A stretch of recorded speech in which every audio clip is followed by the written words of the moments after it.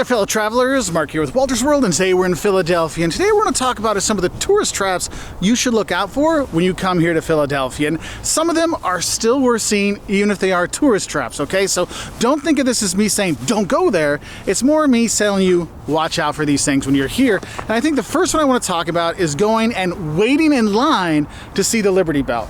Look, I'm here early morning in the winter. There was no line to see the Liberty Bell. We just walked right in and it was right there. It was great. But if you're coming during the busy season, during the holiday season, during the summer break season, the line to go see the Liberty Bell, though it's free to get in, can be really, really long, and you can waste a lot of time. It becomes a kind of a tourist trappy kind of thing, just waiting that line. What you have to realize is you can actually see the Liberty Bell from the street. Now, to make it worthwhile waiting in line, the crack in the Liberty Bell is on the inside of the building, and you see the back side of the Liberty Bell when you look from outside. But I just want to let you know, you can see it without actually going in. So that's kind of a tourist trappy kind of thing, all right? More the line than anything else, all right? My second tourist trap for you when you come here to Philadelphia is getting in the debate as who has the best Philly cheesesteak? Is it Pat's or Geno's? And I'll tell you right now, most of the locals will tell you neither of them. They are more kind of process it out, get it out to the masses kind of thing. Now, they're both still good sandwiches, don't get me wrong, but honestly, ask a local where their favorite cheesesteak place is. They will gladly tell you, and then they will add on, don't go to Pat's and Geno's because there's too many tourists there. That's why it's a tourist trap, okay? They've been on lots of TV shows, but honestly, go explore the city and you'll find great Philly cheesesteaks all over the place, all right? For me, I'm one whiz with, because I want one cheesesteak with cheese whiz with the onions on top. That's how I roll, okay? Now, my next tourist trap for you is the Betsy Ross house. And the reason why it's kind of a tourist trap is because there's kind of a questionable history of the house and what's there. And so, though we want to see Betsy Ross and the history of the flag, we're not really sure if it's really the truth or what's going on in the building.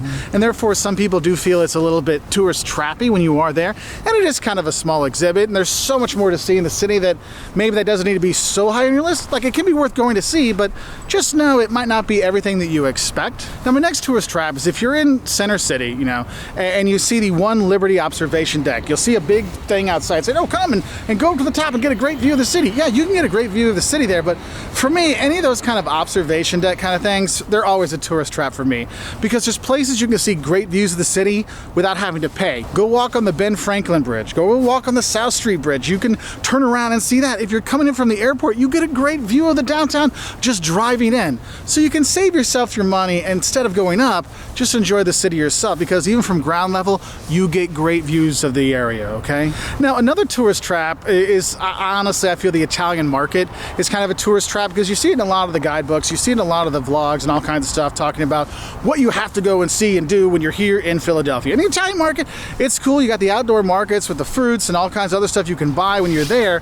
But for me, I feel it's kind of tourist trappy, because as a tourist, I don't have a kitchenette in my hotel room. I don't have a four-quart pasta bowl to cook in at my Airbnb, and therefore it's kind of tourist trap that you go there, but you're not really gonna get to buy the stuff that's there, so it's not as much of a payoff, and it's not as special as it used to be, especially now there's so many great farmers market all over the world that you're like, hey, we can go enjoy those at home.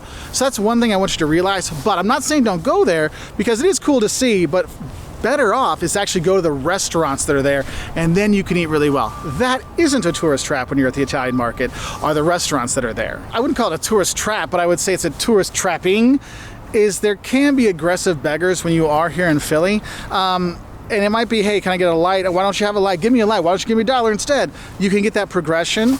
I would be careful with those when you're here, because you can kind of get trapped into that, oh, do I need to give them money kind of thing? So do have a heads up. Pay attention to your surroundings when you are here. That will help you out. And then I think the last two tourist traps I want to talk about are tourist traps you really have to go to, because they're tourist traps in the fact that tourists have to go there because it's really part of coming to Philadelphia. One, you gotta go to the Rocky statue and you gotta do the pose, you gotta run the steps. Yes, it is super touristy. Yes, it is super over the top tourist trappy, but it's something you gotta do when you are here. So that's one thing, okay? And it was cool, is the Philadelphia Museum of Art is right there, so you can go see a great museum. The Eastern State Penitentiary is right down the way too, so you got some other cool stuff to see. So, but you gotta go up there, you gotta do it, you gotta do it. It's a tourist trap, but you have to do it. And the other tourist trap you have to go to, because it's my favorite part of coming to Philadelphia, is going to the Reading Terminal Market. Look, It's an indoor market that people love to go to, whether you're a tourist or a local. You'll have both of them there, and you'll see all the little stands so you can buy all kinds of stuff. My mom got a lobster roll and she got a shrimp roll. I got the most famous, wonderfulest, amazing sandwich you can get here in the city, the roast pork. Oh, it was so good. Also, we had fantastic breakfast when we were there. Yes, you get the Amish apple dumpling. Oh my God, it was so good. My scrapple I had with my pancakes. You can eat so well when you're there. And what's cool is the stuff that's there is more things that you can kind of enjoy as a tourist versus I got to take it home and cook. Now, there's stuff you can buy to take home and things like the Italian market has, but I just find that the Reading market is way better for a tourist to go and enjoy. Yes, it's kind of a tourist trap with the prices and stuff, but it's worth it. Whether you're going to grab one of those fantastic pretzels that are there or just going for breakfast or lunch, it's well worth it. Tourist trappy, but so worth it, all right? So, those people from Philadelphia that are out there, those tourists that have come to Philly that are out there, what are some other tourist traps and scams that you see in the Philadelphia area? Put in the comment section below so we can help out other tourists that come to this cool city to get more out of it without falling in those tourist traps. Anyway, I wish you all the best. I'll say bye from here in Philly.